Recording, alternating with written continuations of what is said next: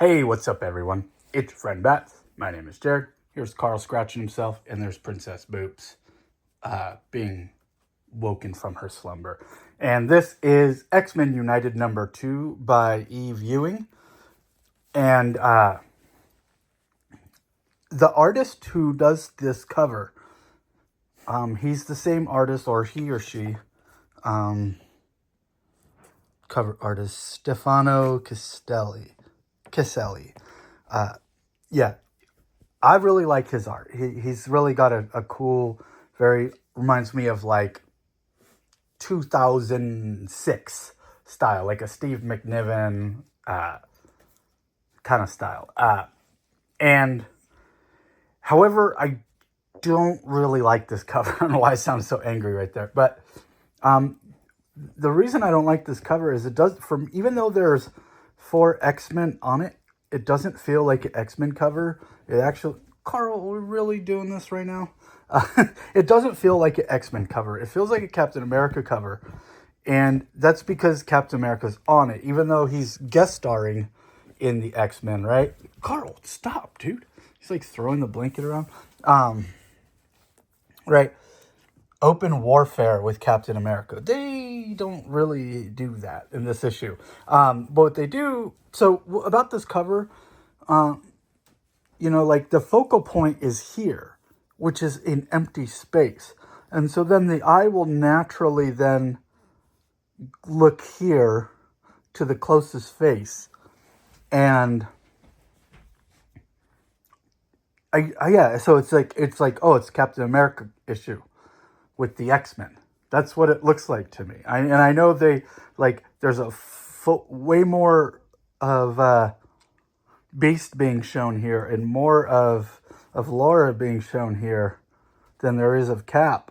But something's off about this cover. Either way, he's a good artist. He draws really good characters.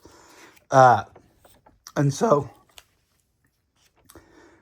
also with this series, this X-Men United. I have not been reading Uncanny or New X-Men, or however you want to call it now. Adjectiveless X-Men.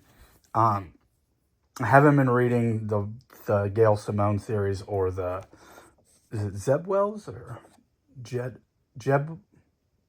Who's writing it? It's not Zeb Wells.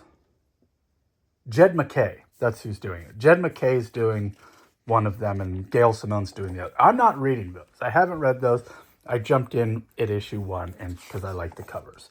And I'm not quite sure what this book is. Like, what's its theme? I know it's called X-Men United, but it really starts off with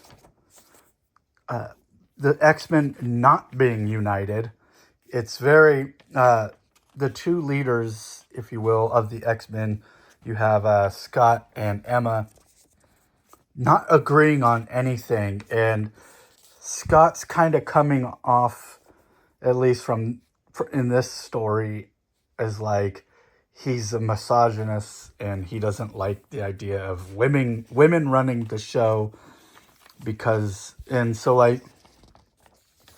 and what exactly is this version of the X-Men?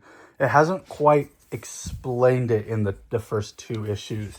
And maybe I'm missing something from not reading the other ones. But Emma is deciding to essentially pimp out the X-Men for other missions that are not mutant related. And so Cap is like their first customer, and Cap needs help finding these other experimented on brothers from World War II.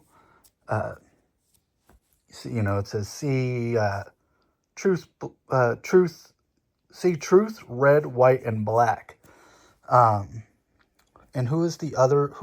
I forget his name. I say it somewhere in here. He was in the new Captain America movie. Either way, they did it not just to him, but to other brothers. And so they have this vote whether they should be pimped out to Cap. And they vote yes, they should be pimped out to Cap. And basically, they start to go on this mission, and it kind of turns into this weird, like, horror film kind of thing where, like, they're using the mutant powers to, like, control reality. And they all have, it's left on a cliffhanger. And I am curious about it. What I did like is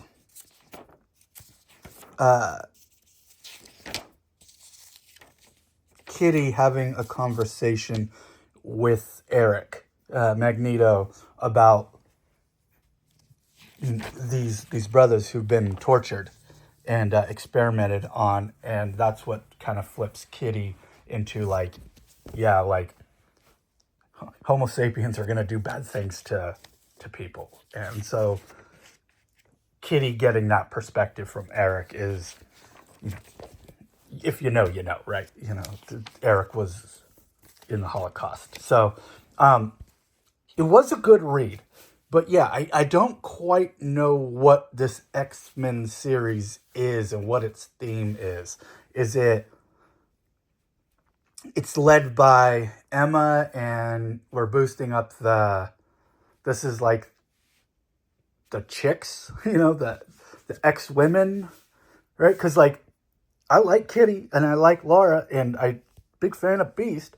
I don't know much about Melee other than what I've read in this one issue and maybe the one before. Never seen her before, but, like, I'm down with, like, a predominantly women X-Men team. But is that the theme, or is it the theme is that Cyclops is a misogynist, or is the theme Emma is pimping out the X-Men for capital gains? I'm not too sure, but I'm gonna see where it goes. I like it enough to, like, read the first story arc and see how it turns out. So thanks for watching, and I'll catch you guys on the next one. Peace.